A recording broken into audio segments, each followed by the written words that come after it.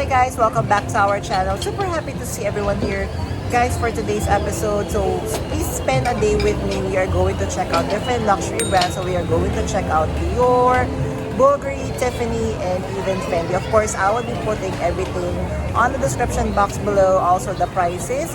So you know our practice here. If you like anything so far, just kindly take a screenshot and check with your CAs, orders, and availability. Guys, I'm inviting you to please join me until the end of our episode.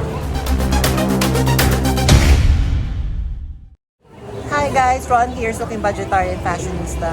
I publish vlog every Wednesdays and Saturdays about things about fashion. I do luxury shopping vlogs, also and unboxings. I also do bag reviews and provide styling tips. I'm inviting you to please join our ever-growing fam. There's a cute little icon here. So please click on this one so you can easily subscribe and be a member of our growing luxury addicted family. Please like and share this video and follow me on my new Instagram account that's @Ramir52 for daily updates and styling tips coming from me.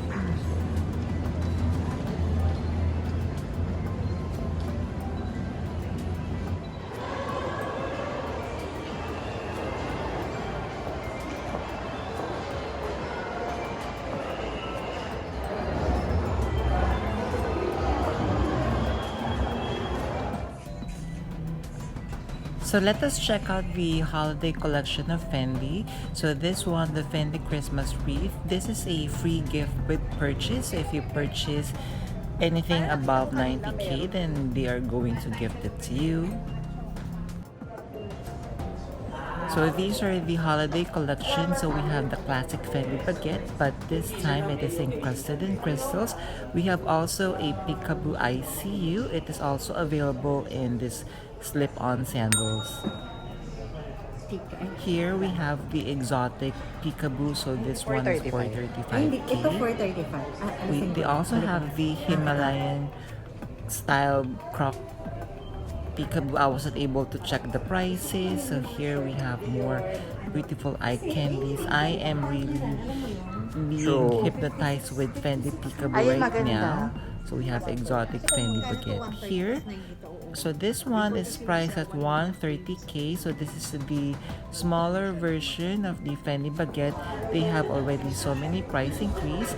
Just look at this one. I am doing a size comparison with my micro Fendi baguette. As you can see, it's a little bit bigger than what I currently have. So this one, apologies, I think I have slow-moed the video when I was taking this one, but I think it would be working on our favor because this is the holiday edition of the Fendi Peekaboo ICU.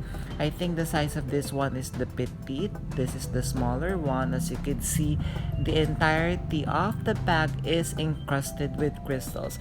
I think if I remember correctly, so the main material of the crystallized version of the Peekaboo and baguette is made of suede leather. It is not a satin, which I prefer because I feel sticking the crystals on suede leather, it would really adhere, or it would stick on really good with this material. Therefore, we are not going to see crystals falling off. I can still be wrong. What do you think, guys?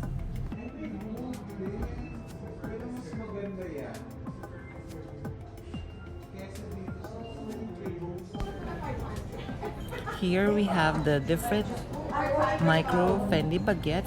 So I like the sequins, of course. That one is cute.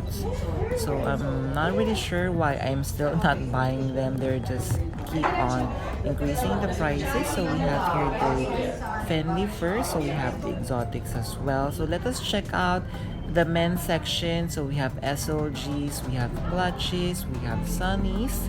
And then of course they also have the version of the Fendi Peekaboo ICU. I'm not really sure if they have still the same name. So this one we have the Celeria version of the SLGs. Then we have here the beautiful Peekaboo and the Celeria Fendi baguette. The Fendi baguette, I love the finish on this one. This one we have the leather version of the tote bag. If I'm not mistaken, guys, please don't quote me. The price of this tote is around 140k and above. This is more of like a vertical tote rather than an east-west style. Then of course, enclosed in this very beautiful case is the very rare Himalayan Fendi Peekaboo. Then of course they have the classic black and gold combo. Really love that one. And of course they have the mini version as well. This one is the phone baguette in the crystal edition. Then of course we are seeing many different sunnies inside the Fendi store. Our CA is very friendly, showing us the holiday collection. Then of course this is the newer style or newer bags of Fendi. We have the origami bag if I'm not mistaken, so you could also wear it like that. Then of course let us check out some beautiful ready to wear pieces. So this one, perfect for the holidays. Then of course the bags that we have seen a while ago, it comes in that style as well. So I believe this is an older collection of Fendi, or maybe I'm wrong, it could still be part of the holiday collection. As you could see, there are like the stars that is made of by FFs. Then we have here, I like this one. So we have a shirt here. We have zip up crop jacket. I'm not really sure about this constellation pattern. I'm not really in love. This one, the Zuka print, definitely it is a yes for me. I love also the color in navy blue. We have some shirts.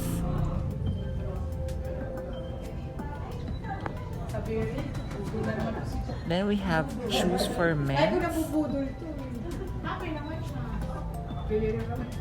We have of course slip-ons.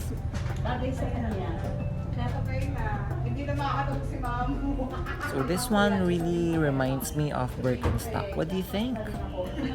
Then of course they have their classic footwear Fendi shoes. After Fendi, we went of course to say to my friend CA, and again everyone is very kind. They let us film a little bit inside and check the beautiful selections that they have. So of course we have the Serepentine crystal version for 370k. So I think this is the newer style. So I love the top handle version mostly, so 370k. But to be honest guys, I love the older version because this one is entirely crescent with crystal. This is a rare Serpentine battle for 41k. Guys, by the way, all of these prices at Bulgari Philippines, you can check out bulgari.com, and they're also going to show the prices. Same prices as what I am currently showing right now. So this crystal version is 292k. How gorgeous! We have Serpentine top handle bags. So these are the newer bags from Bulgari, which honestly I'm not really fan of. This one is very rare, so this is 454. Wow.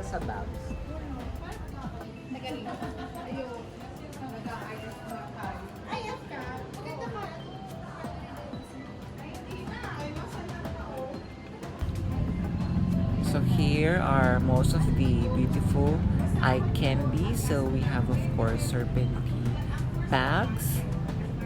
I love the top handle. That one reminds me, it looks like a vintage Bulgari bag to me. What do you think? I'm not really a fan of that style. Then of course the bag that Romina is so in love with, the top handle bag. I believe she currently has 3 or 4 of these bags.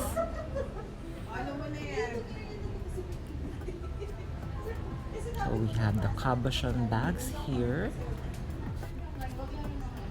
Then let's check out their SLGs. This one I think is wallet on chain for 175k. That gold bronzy color, OMG, that is so gorgeous.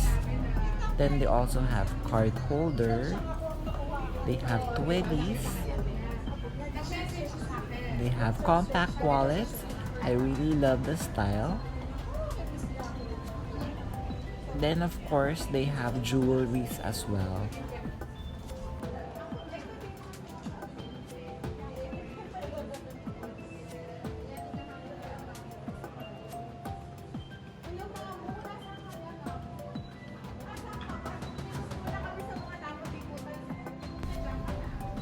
Guys, this one, the black one, this is encrusted with diamond if I'm not mistaken. This is what the CA told us. And if I'm not mistaken, of course, the price is around 500k and above.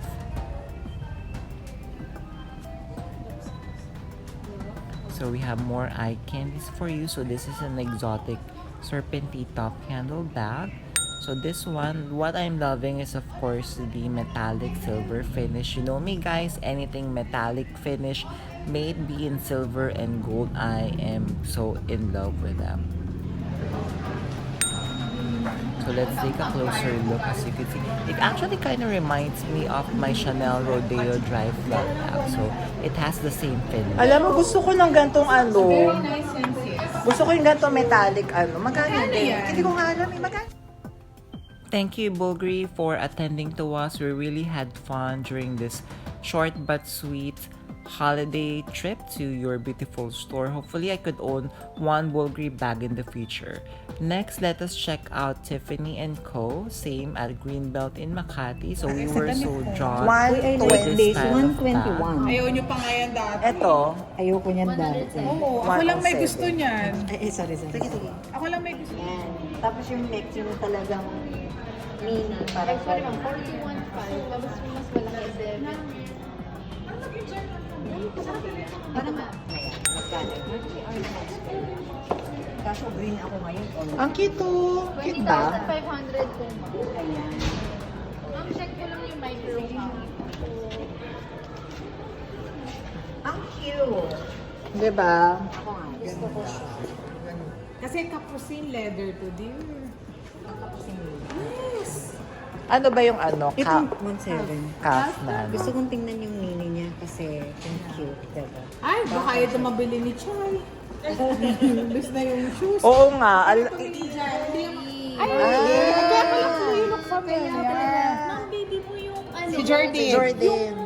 Fashion. Yes, Ay, oo. pinapanood. Kaya nga kung alam ko lang, kasi Sabi may ko nabili sa'yo, ako sa may Aris heart ng yan Wednesday. eh. Kasi Oo. pinapagpag na Yeah. balik ako ng SA ko. Pagpunta ko, sold na yung Pero item. hindi. Tapos later on, meron na naman daw lumabas. Para mas maganda nga yung Sold card. na naman. So, balik Next, let us head out to DIOR. So it's been a while since I visited the store. So this is the holiday display right now.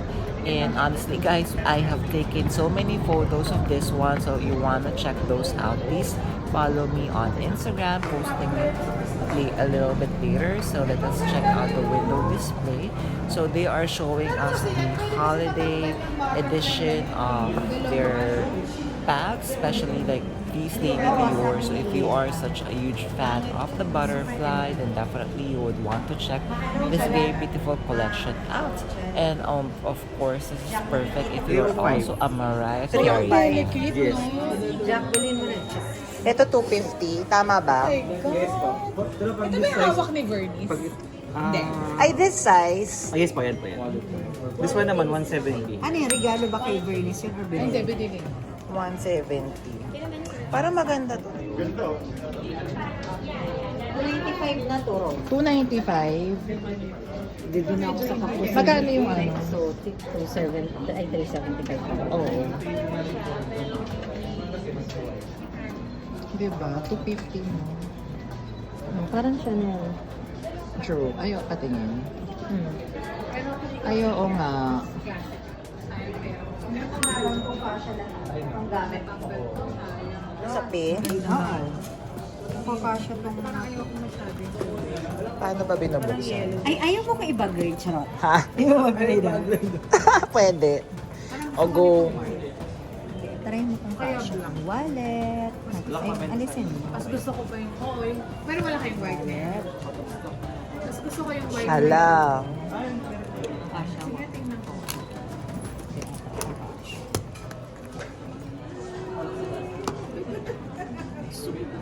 That's good. Yan lang. Yan lang. If I would be choosing among these two Lady or Miss Dior bags, I would be choosing the larger one versus this wallet on chain. Then of course, we have the East-West version. Meron din naman mga ganito, parang mga We have party bags bag over nila. here, the encrusted crystal. This one, OMG, I was surprised with the price. 420. Kasi ano, B-date, special. Pero parang ano, no? 25, It tapos is ito. embellished with crystal. Ito ang gusto ko din. Ay, nga yung gusto ko rin na size niyang black. Oo. Tapos ito, ano, So, mag-isip na tayo kung anong next natin. 32,500. I was also checking out Uy, tama their ako. custom jewelry because as you know guys, 15 lang I'm currently ako. obsessed Jack 15. of That's the one with earrings as of the diamond. moment. So this one, that is the price. It is made of brass if I'm not mistaken. So what do you think of this one? Although this one, yes, it is a Christian Dior logo, but it kind of reminds me as well of the Fendi Olak. Ay, di ba nagano ka ng butterfly? 33,400 na. 33,400. Kaya, binibigyan niya ako ng mga Here we have more beautiful eye candies. I was so drawn with the top handle vanity bag, the white version. Dinner time! Para lalong masarap. Parang may aulang sili. Aulan ng ano? Fruit? Gusto ko ito, kunin mo na pumilo. Kumain ka na ba nito? Kakain.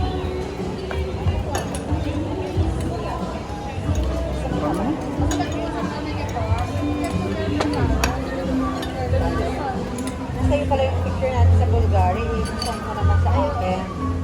Sa Viber. Sa akin sa Viber. Sa akin sa Viber. Okay po. Thank you. Yellow. Hi guys, so hopefully you enjoyed today's episode. Again, many thank you for staying your Christmas with me. If you have stayed until this part of this episode, kindly leave me a Christmas tree emoji. I would really appreciate it. Thank you. So guys, before we end our episode for today, I'm inviting you to please join our ever-growing fam. There's a cute little icon here or there. So please click on that one so you can easily subscribe and be a member of our growing luxury addicted family.